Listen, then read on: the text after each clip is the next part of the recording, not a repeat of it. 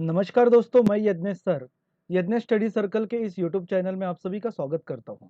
दोस्तों, last lecture में हमने origin and evolution of life का पार्ट, और अगर आप इस चैनल में नए हो तो आपसे रिक्वेस्ट करता हूं कि आप पार्ट 1 देख लीजिए, ताकि आपको ये बायोलॉजी की जो कंटिन्यू सीरीज चल रही है वो आपको समझ में आ जाए। तो आज हम पार्ट 2 के बारे में देखते हैं। पार्ट 2 में हम देखेंगे, पहला टॉपिक है हमारा उरेज एंड मिलर्स एक्सपेरिमेंट।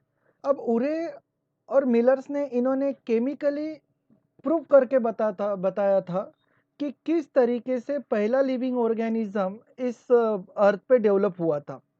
उसके लिए उन्होंने एक एक्सपेरिमेंट बना था, जो कि वर्ल्ड फेमस एक्सपेरिमेंट हुआ था, उरेज एंड मिलर एक्सपेरिमेंट उसको नाम दिया गया था।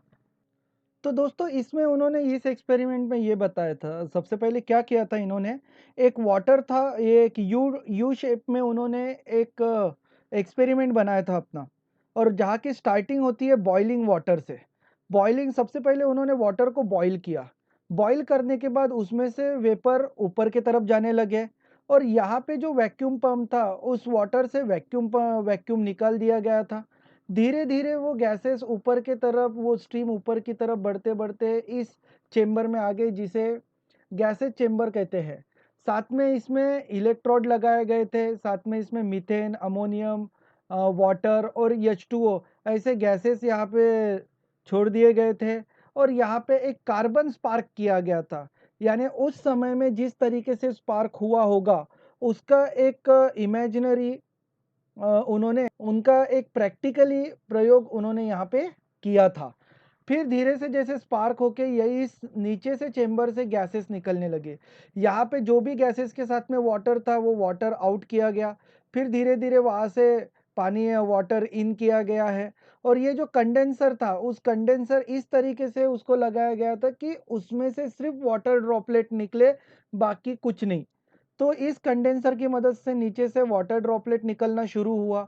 धीरे धीरे उस वो यू इस यू ट्यूब में स्टोर होने लगा, जिसे वाटर कंटेनिंग ऑर्गेनिक कंपाउंड कहा गया था।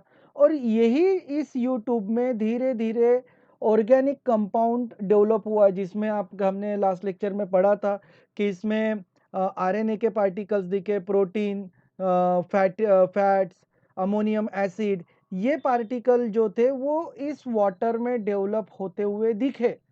और इसी तरीके से ये प्रूव किया गया था इस एक्सपेरिमेंट के द्वारा कि जो हाइपोथेसिस जो साइंटिस्ट लोगों ने कहा था कि ऐसा हुआ होगा, इस प्रैक्टिकल के माध्यम से उन्होंने प्रूव करके बताया था कि हाँ, कई करोड़ों साल पहले दो उल्कापिंड आपस में टकराए थे, और टकराने के बाद बहुत ही गैस का गुब्बारा क्रिएट हुआ था, और उसमें से एक जो पार्टिकल था जो हमारा अर्थ बना, और उसमें गैस चेम्बर, इस तरीके गैस बहुत मल्टीपल गैसेस उस पर क्रिएट हुए थे। और उन्हीं को जब वो ठंडे हो गए, कूल्ड हो गए, वो उसमें से फिर केमिकल रिएक्शन होके वहाँ पे पहला लिविंग ऑर्गेनिज्म डेवलप हो गया। वो मे बी पैरामीशियम हो सकता है या अमीबा हो सकता था, ऐसा हाइपोथेसिस किया था। और स्टेनले यल मिलर और हैरोल्ड सी उरे, इन्होंने इसे एक्सपेरिमेंटली प्रूव करके बताया था। तो चलिए दोस्तों, नेक्स्ट टॉपिक की तरफ आते हैं, जिसे आरएनए वर्ल्ड हाइपोथेसिस कहा जाता है। आरएनए के बारे में साइंटिस्ट की क्या जानकारी है, क्या अभिप्रिया, यानी साइंटिस्ट लोगों की क्या हाइपोथेसिस है आरएनए के बारे में, और पूरे दुनिया में आरएनए के बारे में क्या कहा जाता है, उसके बारे में हम देखेंगे।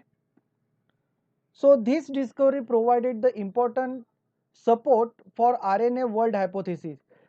ये जो एक्सपेरिमेंट किया गया था उसके आधार पे आरएनए के बारे में बहुत सारे साइंटिस्ट लोगों ने अपने अपने मत रखे।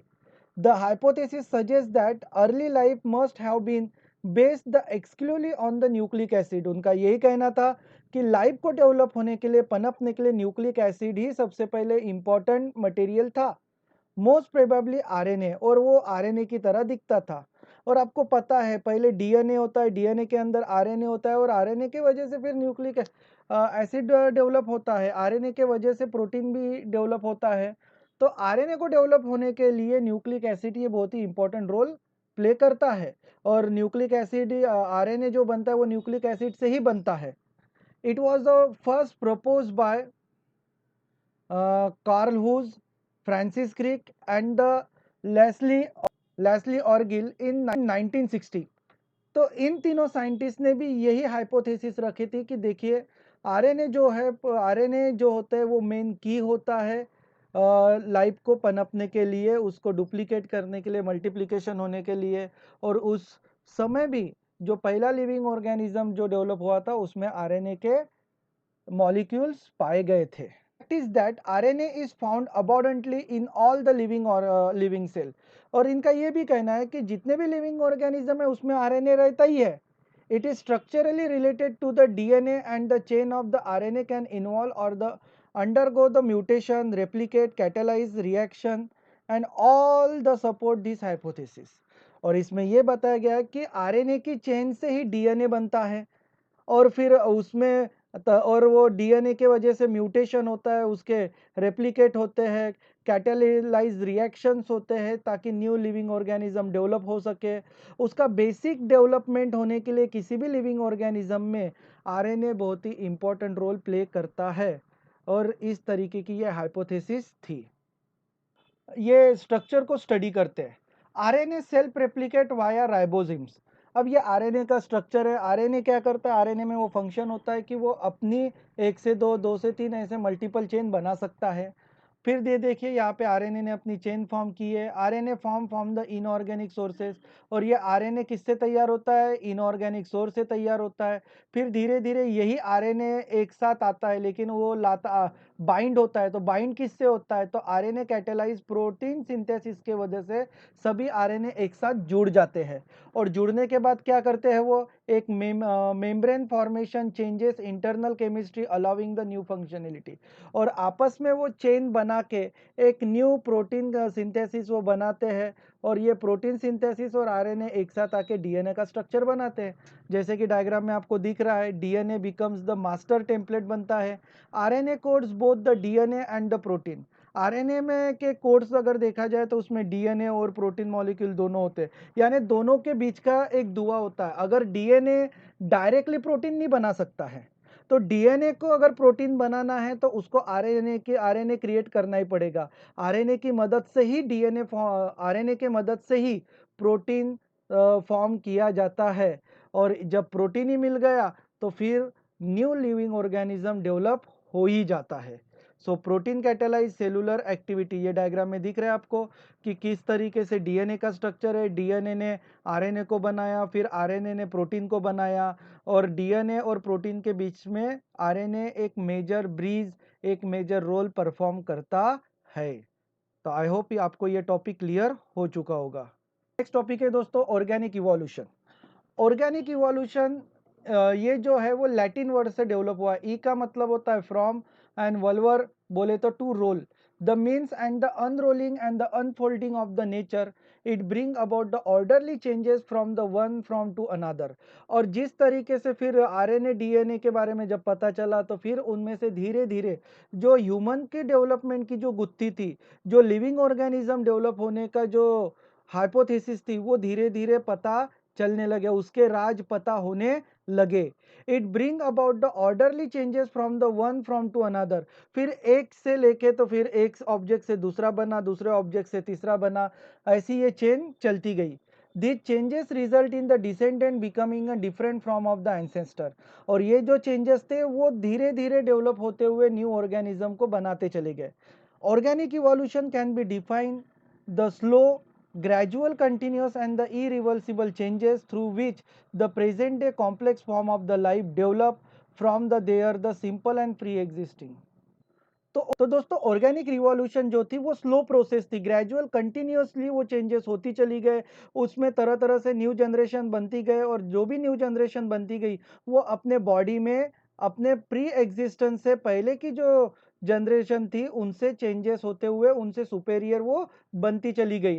जैसे कि डायग्राम में आपको दिख ही रहा है कि पहले जो पूर्वज थे वो वानर थे, धीरे धीरे में उनके बॉडी स्ट्रक्चर में, उनके ब्रेन में डेवलप होते हुए आज हम होमो सैपियन की कैटेगरीज में हम आते हैं। और ये जो चेंजेस है ये इस चेंजेस को आने के लिए करोड़ों साल लगे हुए हैं।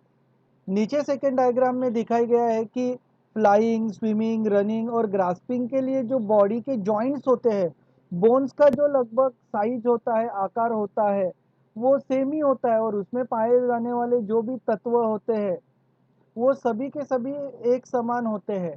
तो परिस्थिति के अनुसार अलग अलग लिविंग ऑर्गेनिज्म में अपने आप को ढाला है और उस तरीके से बॉडी में उन्होंने चेंजेस किया हुआ है, ऐसा इस थ्योरी में कहा जाता है। आगे देखते हैं हम। According to the Charles Darwin, evolution is a descent with the modification. उनका ये कहना है चार्ल्स का कि जो एंसेस्टर होते हैं, पुराने जो पूर्वज होते हैं हमारे, उनसे जो आगे वाले की जो जनरेशन होती है वो मॉडिफिकेशन लाती है अपने बॉडीज में, अपने हर एक बिहेवियर में वो चेंजेस लाती है। You have the already study the Lamarck theory of the inheritance of acquired character in 10 standards. हमने लेमार्क की थ्योरी देखी थी कि किस तरीके से जिराफ जो थी पहले उसकी गर्दन छोटी थी, लेकिन उनके खाने की चीज़ें जो प्लांट्स होते हैं वो धीरे धीरे प्लांट की हाइट बढ़ती रही, तो उसको कैरी करने के लिए उन्होंने अपने बॉडी को स्ट्रेच किया और आज हम देखते हैं कि जिराफ की गर्दन बड़ी हो गई है। According to this theory, the traits are the acquired due to the internal forces, change in the environment, new needs and the use of the discuss need and the use of the disuse of organ, and after the several generation it give the rise to the new species। किसी भी body में changes होना ये उसके internal force पे depend होता है, साथ में इन्वायरमेंट जिस तरीके से चेंजेस होता है तो हमारे बॉडी को भी उस तरीके से बदलना जरूरी होता है। ये उस समय के लिविंग ऑर्गेनिज्म में पॉसिबल नहीं है। मे बी उसकी जो जनरेशन आगे डेवलप होगी वो अपने आप को इनबिल्ट तरीके से इन्वायरमेंट के हिसाब से खुद को डालने का प्रयास करेगी, और ये हर जनरेशन टू जनरेशन, ये 100 जनरेशन 200 जनरेशन के बाद ये चेंजेस होता ही है। It give the rise to the next species, और ये एक बार ये जनरेशन डेवलप हुआ तो आने वाली जनरेशन और नयापन लेके आती है। लेकिन इस थ्योरी को एक जर्मन बायोलॉजिस्ट अगस्ट वीसमैन ने इस थ्योरी को डिसअप्रूव कर दिया, मतलब वो इस थ्योरी को मानने के लिए तैयारी नहीं थे कि पहले बंदर की पूंछ हुआ करती थी लेकिन आज इंसान की पूंछ नहीं है, तो पूंछ कहाँ पे गायब हो गई। उस पे उन्होंने एक एक्सपेरिमेंट के बारे में वो बताते हैं। This theory was the disapprove by the German biologist August Weismann, who cut the tail of the many rats and several generations but could not find any changes in the size of the tail even after। इस scientist ने लगभग चूहों पे एक experiment किया, उनकी 21 generation तक वो कंटिन्यू चूहों की पूंछ काटते रहे, टेल काटते रहे, लेकिन उस न्यू जो रैट की जो पॉपुलेशन थी वो कंटिन्यू ही, उनकी जो न्यू जनरेशन आ गई वो रैट की वो पूंछ के साथ में ही, टेल के साथ में ही डेवलप होते गई। तो उनका ये कंक्लूजन उन्होंने बनाया कि somatic cell are not inherited while variation produce in a germ cell. Somatic cell जो हमारे बॉडी को डेवलप करने वाले जो सेल्स होते हैं जिसमें स्पर्म और एग नहीं आते हैं, तो सिर्फ जो बॉडी के कैरेक्टर डिसाइड करने वाले जो हमारे सोमैटिक सेल है वो डिसाइड नहीं करता है कि इंसान के बॉडी में किस तरीके से चेंज होना चाहिए या न्यू चेंज को एडॉप्ट करना चाहिए। किसी भी बॉडी में न्यू पार्ट को जोड़ने का जो अधिकार होता है वो होता है जर्म प्लाज्म सेल में, जर्म सेल में होता है।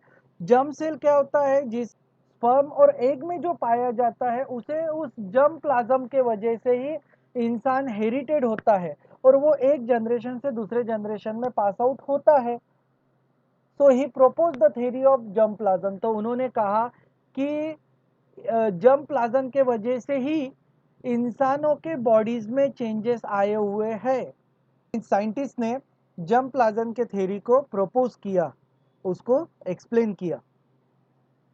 नेक्स्ट टॉपिक पे आते हैं हम इस लेसन के, डार्विनिज्म। अब डार्विनिज्म होता क्या है। अब जब डार्विन ने अपनी थ्योरी रखी तो उस थ्योरी को उन्होंने डार्विनिज्म ये नाम दिया गया।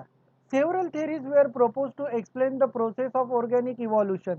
लाइफ डेवलप होने की तरह तरह की थ्योरी लोगों ने रखी। Few of them are explain below, और उनमें से कुछ थ्योरी लेमार्क थ्योरी की थी जो कि 1809 में पब्लिश थ्योरी हुई थी। ओरिजिन एक्वायर्ड द कैरेक्टर, कि किस तरीके से जिराफ ने अपने न्यू कैरेक्टर को डेवलप किया अपनी भूख मिटाने के लिए। And which was then ruled out, और फिर वही थ्योरी को आगे कंटिन्यू रखा गया। लेकिन डार्विन कुछ अलग सोचते थे। उन्होंने जो डार्विनिज्म की जो थ्योरी थी उसमें ये कहा गया था, theory of origin of the species by the natural selection. उन्होंने जो भी थ्योरी रखी वो नेचर से उठाए हुए तरह तरह के ऑब्जेक्ट के अवशेषों के आधार पे उन्होंने रखी, नेचर के प्रूफ के साथ में उन्होंने थ्योरी रखी। Charles Darwin was a naturalist, traveled extensively the world over the 27th December 1831 to the October 1836 and returned to England. Darwin ने एक नेचुरलिस्ट थे, साथ में उन्होंने तरह तरह के कंट्रीज में पूरे वर्ल्ड में उन्होंने ट्रैवल किया। उन्होंने अपनी जर्नी 27 दिसंबर से स्टार्ट 1831 से स्टार्ट किया तो अक्टूबर 1836 तक, 5 साल तक वो उन्होंने पूरे वर्ल्ड का ट्रैवल किया। और जब वो रिटर्न आए इंग्लैंड में, और जब आए तो उन्होंने तरह तरह के वर्ल्ड्स के जो जानवरों के फॉसिल्स कलेक्ट किए उन्होंने। और उन्होंने एक बुक में अपनी वो जो थ्योरी थी, 5 साल की जो रिसर्च थी, वो उन्होंने एक बुक में लिखी जिसका नाम था the origin of species by natural selection. 1859 में ये थ्योरी उन्होंने लिखी थी। Before the publishing his book he was the very much influenced by the C Lyell. ये एक जियोलॉजिस्ट है who pointed out that the natural forces that exist in the past are the same as those existing in the present. उनके theory में ये बताया गया था कि आज इंसान जो भी है वो उसके पास्ट के वजह से है। अगर पुराने इंसानों के कुछ अवशेष अगर मिलते हैं, पास्ट के अगर कुछ चीजें मिलती है, तो उसी के आधार पे उसका अस्तित्व हम शो कर सकते हैं, रिप्रेजेंट कर सकते हैं उसके पूरा। अगर किसी लिविंग ऑर्गेनिज्म के पास्ट के अगर कोई प्रूफ मिले और वो प्रूफ आज के जनरेशन से अगर मैच होते होंगे, तो हम ये कह सकते हैं कि प्रेजेंट का पास्ट के साथ में कुछ संबंध था। He observed the variety of struggle plant and animal in the Galapagos Island and the other nearby island in the archipelago in a terms of the variation between the tortoise and the finches. इस island में उन्होंने tortoise के Finch और वहाँ के जो fishes थे उनके फिंचेस को मैच किया, तो लगभग उनके बॉडी स्ट्रक्चर में बहुत सारे सिमिलैरिटी देखने को मिली। Similar observations were also made by the Wallace, and he was the influenced by the R. Malthus and the economists who work on the human population and mentioning that the reproductive। तो यही same concept के बारे में Wallace नाम के scientist ने भी और आर मेल्थस जो कि इकोनॉमिस्ट थे, उन्होंने जो कि ह्यूमन पॉपुलेशन पे रिसर्च करते हैं, रिप्रोडक्टिव पे रिसर्च करते हैं, तो इन्होंने भी यही सेम कंसेप्ट रखा था जो सी लाइल ने रखा था। आर मेल्थस का ये कहना है कि reproduction potential of the human is greater than other, यानी ह्यूमन का जो रिप्रोडक्शन हो रहा है वो अदर जानवरों की तुलना में ज़्यादा हो रहा है। और this result in the multiplication of the human population without corresponding increase in the food supply. और भविष्य में इतना ज़्यादा हाईली रिप्रोडक्शन हो जाएगा ह्यूमन कि उसको खाने पीने की जो चीज़ें होती है वो सप्लाई करना बहुत ही मुश्किल हो जाएगा। This increase the lead to competition and the struggle for existence of the human species.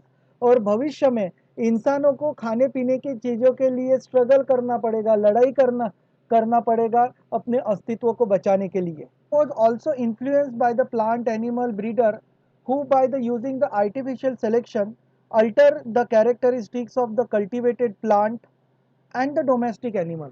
और यही सेम रूल जो होता है वो प्लांट और डिफरेंट टाइप के एनिमल में भी पाया जाता है, क्योंकि हर जानवरों में, हर प्लांट में खुद का अस्तित्व टिकाए रखना उनके लिए एक चैलेंज होता है। और जो उस अस्तित्व को टिका के रखता है वही प्लांट ग्रोथ करता है, वही एनिमल्स अपना अस्तित्व बचाता है, जिंदा रहता है।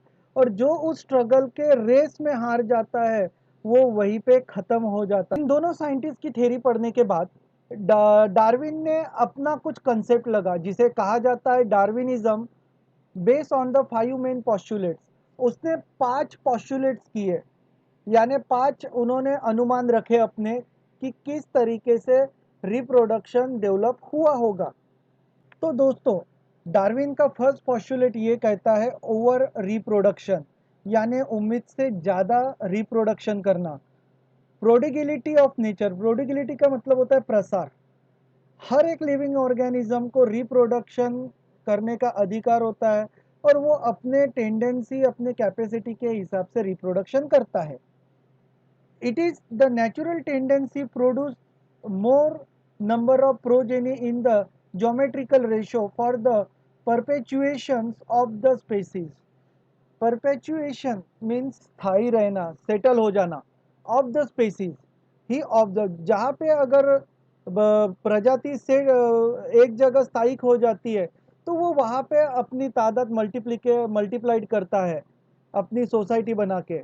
ही observe the prodigality potential many species of the plant and animal, चाहे वो कोई भी जानवर हो चाहे वो कोई भी प्लांट हो।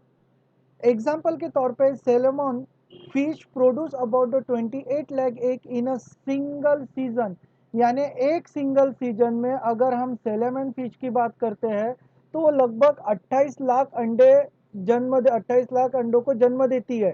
Span of 750 years of the single pair of the elephant would produce the 19 lakh elephant. However, the size of the given species in the given area remain relatively because the fluctuation that occur the seasonally. एक इलेफेंट की अगर pair अगर 750 साल तक इस पृथ्वी पे जिंदा रहती है तो वो कंटिन्यू लगभग 19 लाख इलेफेंट को जन्म दे सकती है। एंड लेकिन ये फिजिकली पॉसिबल नहीं होता है क्योंकि हर एक की लाइफ जो होती है वो निर्धारित होती है। जैसे डॉग की जो लाइफ होती है वो 18 से 19 साल तक वो जीता है, ठीक है, और इंसान की जो लाइफ होती है वो ज़्यादा से ज़्यादा 100 साल एक मानव एवरेज जीवित रह सकता है। और ये इसी वजह से क्या होता है कि जो लिविंग ऑर्गेनिज्म जन्म लेता है उसको अपना कंप्लीट करके उसको एक ना एक दिन मरना ही पड़ता है, और ये होना बहुत ज़रूरी है जिससे कि नेचर का बैलेंस हो सके। अगर ये बैलेंस नहीं होगा तो खाने पीने की चीज़ों में भारी मात्रा में किल्लत आ सकती है, फिर एक इंसान या एक जानवर दूसरों को मार काट के उसे खाना लगेगा। डार्विन का सेकेंड पॉस्टुलेट है स्ट्रगल फॉर एग्जिस्टेंस, जिसमें यह कहा गया है कि tendency of over production lead to the struggle for the existence between the members of the population and limited supply of the food, or to overcome the adverse environmental condition, or for the space or the escape from the enemies. इसमें यह कहा गया है कि अगर उम्मीद से ज़्यादा अगर प्रोडक्शन होता है, खाने पीने वालों की तादाद अगर बढ़ती है तो नेचर पे उसका बर्डन आना शुरू हो जाता है, क्योंकि नेचर के पास में खाने पीने की जो चीज़ें होती है वो एक लिमिटेड है।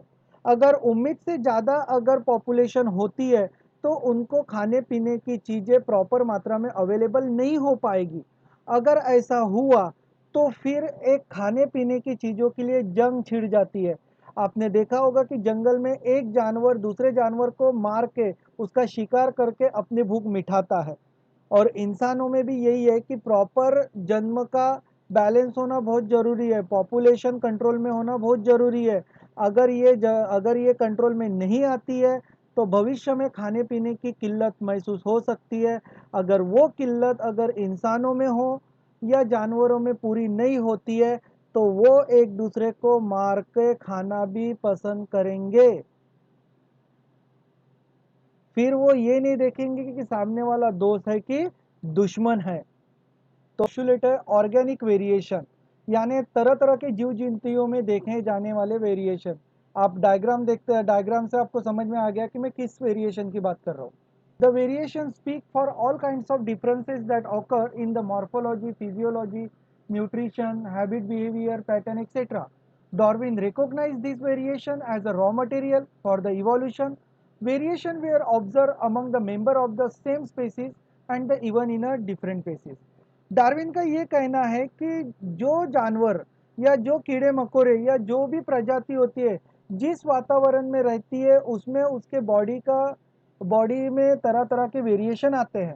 जैसे कि मॉर्फोलॉजी परिवर्तन की गति, फिजियोलॉजी बोले तो शारीरिक गति, न्यूट्रिशन बोले तो उसको किस तरीके से पोषण आहार मिल रहा है, हैबिटेट बिहेवियर पैटर्न बोले तो वो कौन से वातावरण में रह रहा है, वो पानी है कि वो धूप में रह रहा है कि वो ठंडे जगह पे रह रहा है, हवा में रह रहा है, समुद्र के अंदर रह रहा है, वो जैसे ही बिहेवियर पैटर्न में रहेगा उसी हिसाब से उसके बॉडी का डेवलपमेंट होगा, वो भले ही एक ही प्रजाति का क्यों ना हो। इनका नेक्स्ट पोस्टुलेट है नेचुरल सिलेक्शन, नेचर का selection.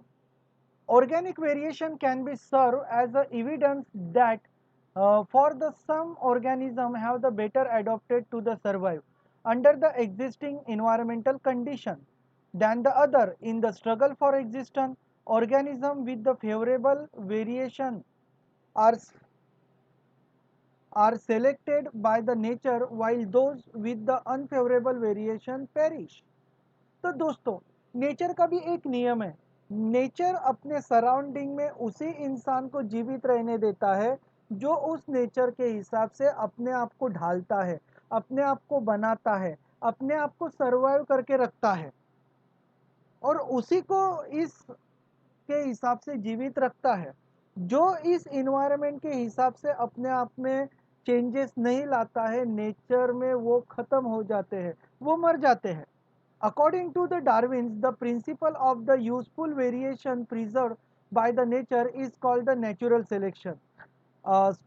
Spencer named this process is the survival of the fittest. Darwin's का एक प्रिंसिपल ये कहता है कि नेचर सेलेक्ट करता है कि कौन सा लिविंग ऑर्गेनिज्म इसमें यहाँ पे जीवित रहना चाहिए।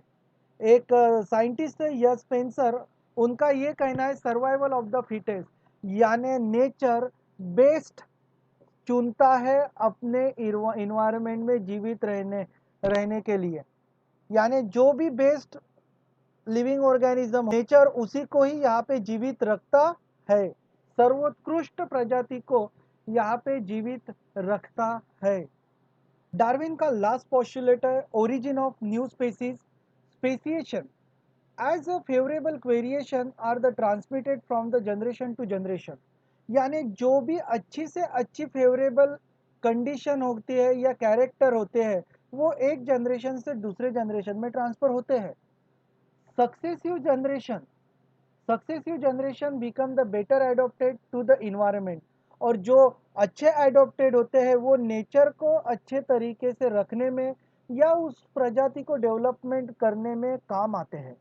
Gradually, this adaptation with a few new modification become the fix in the life cycle and finally giving the rise to the new species. और जैसे वातावरण होता है, जैसे कि मैंने पहले ही कहा है कि जैसे वातावरण होता है वैसे ही प्रजाति को अपने आप में, अपने बॉडी में, अपने कैरेक्टर में, अपने बिहेवियर में चेंजेस लाना पड़ता है और परिवर्तन ही संसार का नियम है। जो परिवर्तन लाता है तो उसके साथ नई प्रजाति भी जन्म लेती है, नए अवयव के साथ में, नए बेनिफिट के साथ में, नए बॉडी स्ट्रक्चर के साथ में। डायग्राम देख के आप क्लियर समझ में जाएंगे कि ये क्या कहता है। और स्पेसिएशन के बारे में मैंने लास्ट चैप्टर में भी आपको क्लियर किया था कि जिस ऑर्गेनिज्म को आप जिस वातावरण में रखोगे वो उसकी आने वाली पीढ़ी उसी वातावरण को एडॉप्ट कर लेगी और उसी इन्वायरमेंट में सर्वाइव करना शुरू कर देगी। दोस्तों, नेक्स्ट टॉपिक है हमारा एविडेंस डार्विनिज्म इंक्लूड। इसमें यह बताया गया, जिसमें उसका पहला पॉइंट है कि evolution of the long neck of giraffe to pluck and eat more leaves from the all trees and the woody climbers, जैसे कि गर्दन ऊंची करना। दिस एडॉप्ट क्योंकि पहले जो थे खाने पीने के जो प्लांट्स थे, लीव्स की पत्तियां जो वो खा के अपना जीवन बिताते, तो पत्तियां पहले नज़दीक में मिला करती थी, छोटी होती थी, लेकिन जैसे जैसे वो जो पत्तियां खाते हैं उस प्लांट की हाइट बढ़ती गई तो जिराफ ने भी अपने बॉडी स्ट्रक्चर में एडॉप्टेशन लाना शुरू कर दिया। The giraffe born the tall could the survival in the famine heat area, और भयंकर हॉट तापमान में उन्होंने अपनी प्रजाति को डेवलप करना सीखा। जिराफ के बाद जो भी जनरेशन आने लगी उनकी, वो बड़ी गर्दन वाली ही डेवलप होने लगी। This adaptation was transmitted to their offspring, और हॉट वातावरण में रहना और साथ में ऊंची गर्दन करके लिप्स को खाना, ये एडॉप्टेशन उनके नए ऑफस्प्रिंग यानी नई संतानों ने भी उसको अपनाया। This is how the present long neck giraffe come to the existence, और इसी वजह से न्यू जिराफ की प्रजाति हमारे अस्तित्व में आई। जो पहली जिराफ की प्रजाति छोटे गर्दन वाली हुआ करती थी, वो कुछ सालों बाद बड़ी गर्दन वाली जिराफ की प्रजाति अस्तित्व में आई, एग्जिस्टेंट रही, जिंदा रही इस इन्वायरमेंट में। सेकेंड उन्होंने एग्जाम्पल दिया है black colour prepared moth involve gradually as a new species. मॉन तो आज हमारे इसमें ब्लैक कलर मॉन की प्रजाति हमको देखने को मिलती है, लेकिन पहले वो जो प्रजाति थी वाइट थी। पहले पोल्यूशन कम था, पोल्यूशन कम होते होते और वहाँ पे पेड़ के साइज में वो वाइट मॉन छुप जाते थे प्रीडेटर से बचने के लिए। लेकिन धीरे धीरे पोल्यूशन बढ़ा, तो पोल्यूशन बढ़ने के वजह से हुआ क्या कि जो सरफेस थी प्लांट की वो ब्लैक होने लगी, और ब्लैक सरफेस में व्हाइट मॉन आसानी से दिखाई देते थे। तो करोड़ों व्हाइट मॉन इसमें वजह से अपनी जान गंवा बैठे। लेकिन धीरे धीरे उस प्रीडिएटर से बचने के लिए मॉन्थ ने वेरिएशन आने लगे, और फिर ब्लैक कलर की प्रजाति डेवलप होने लगी। अब ये ब्लैक कलर की जो प्रजाति है वो पेड़ों में आसानी से प्रीडिएटर से छुपा करती थी। तो इस तरीके से अपने आप को बचाने के लिए ब्लैक कलर मॉम्थ का प्रजाति अस्तित्व में आई। DTD resistance. दोस्तों डीडीटी का फुल फॉर्म होता है डाइक्लोरो डाइफिनिल ट्राइक्लोरोइथेन। ये एक रेजिस्टेंस स्प्रे होता है जो मॉस्किटो को मारने के लिए इस्तेमाल होता है। लेकिन धीरे धीरे हुआ क्या, मॉस्किटो जब इससे मरने लगे, ऑल टाइप्स ऑफ मॉस्किटो इस स्प्रे से मरने लगे। लेकिन हुआ क्या, कुछ समय बाद मॉस्किटो ने रेजिस्टिविटी कैपेसिटी इतनी बढ़ा दी अपनी कि न्यू जनरेशन जो मॉस्किटोज के आने लगे वो डीटीडी के स्प्रे से नहीं मरने लगे। यानी उन्होंने अपनी प्रजाति में नयापन इसमें लाया, जो कि डीटीडी के स्प्रे से बचने लगे और अपनी जनरेशन उस स्प्रे से बचाते रहे। चलिए दोस्तों, नेक्स्ट टॉपिक पे आते हैं हम अभी, drawbacks and objection of the Darwinism.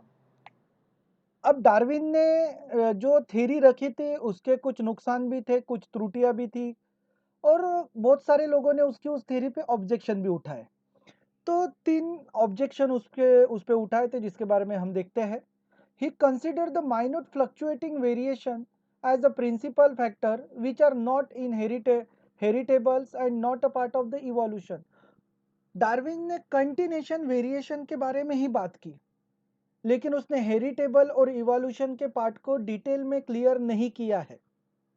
Second, he also did not distinguish somatic and germinal variation and consider all variation are the inheritable। साथ ही उन्होंने सोमेटिक सेल जो कि बॉडी को डेवलप करने के सेल्स होते हैं, जर्मिनल वेरिएशन साथ में जो सेक्स में जो चेंजेस आते हैं उसके बारे में भी उन्होंने दोनों के फर्क डिस्टिंग्विश अच्छी तरीके से उन्होंने एक्सप्लेन नहीं किए। And consider all the variation are the heritable, और उन्होंने वेरिएशन और हेरिटेबल के बारे में बात किया, लेकिन सोमेटिक और जर्मिनेशन सेल भी वेरिएशन और हेरिटेबल लाने में कारगर साबित हो सकते हैं, इसके बारे में उन्होंने क्लियर कट नहीं बताया। दोनों का डिफरेंस उन्होंने प्रॉपर वे से क्लियर नहीं किया है। He did not explain the arrival of the fittest. उन्होंने ये भी एक्सप्लेन नहीं किया है कि इस दुनिया में फिटेस्ट किस तरीके से डेवलप होते हैं, यानी अच्छी क्वालिटी की नस्ल किस तरीके से डेवलप होती है। He also did not explain the cause of origin and the inheritance of the variation. साथ में ओरिजिन और इनहेरिटेंस के क्या क्या नुकसान है, वेरिएशन के वजह से क्या क्या नुकसान है, उसके बारे में भी उन्होंने एक्सप्लेन नहीं किया। एंड वेस्टिजियल ऑर्गन किस तरीके से डेवलप हुआ वो भी क्लियर नहीं बताया। यानी पहले इंसान की पूंछ थी, लेकिन पूंछ कट के उसके जगह जो नया ऑर्गन आया है वो किस तरीके से आया, इसके बारे में भी उन्होंने वेस्टिजियल ऑर्गन के बारे में भी क्लियर नहीं एक्सप्लेन किया है। Nor he could explain the extinction of the species, और साथ में ये प्रजाति अचानक पूरी तरीके से कहाँ गायब हुई है, ये जो प्रजाति में जो चेंजेस आए हैं, पुरानी प्रजाति कहाँ गायब हुई है, उस प्रजाति के बारे में भी क्लियर कट उन्होंने कोई भी एक्सप्लेनेशन नहीं दिया हुआ है। उन्होंने बस अनुमान लगाया कि ऐसा हुआ होगा, लेकिन वो क्लियर कट एक्सप्लेनेशन नहीं था।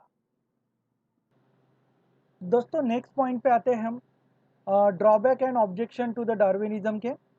According to the natural selection, न्यूज यानी नेचर के सिलेक्शन के हिसाब से new species are form by the gradual accumulation of the useful variation. जैसे जैसे परिस्थितियां बदली, नई नई प्रजातियों ने अपने आप में वेरिएशन लाया, चेंजेस लाया, और उस हिसाब से वो रहने लगे, ऐसा डार्विन का कहना है। इफ इट इज सो, हो भी सकता है, अगर ये ऐसा होगा, so then there should be the intermediate form. लेकिन उनका कोई इंटरमीडिएट फॉर्म तो होना चाहिए ना, कि सच में वो हुए तो हुए कैसे, उसका कुछ पुख्ता सबूत तो होना चाहिए ना उसके चेंजेस होने के लिए। But in most cases intermediate form they are not recognise.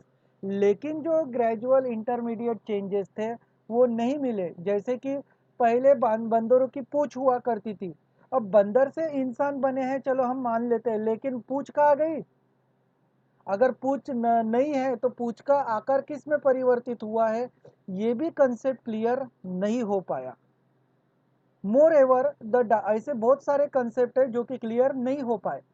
More ever, चलो, Darwinism is also could not explain the existing of natural flower and the sterility of hybrid.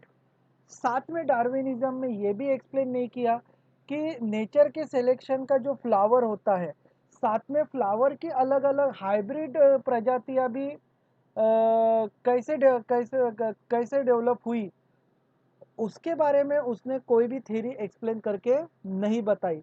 Flower के एग्जिस्टेंस के बारे में उन्होंने कुछ नहीं कहा।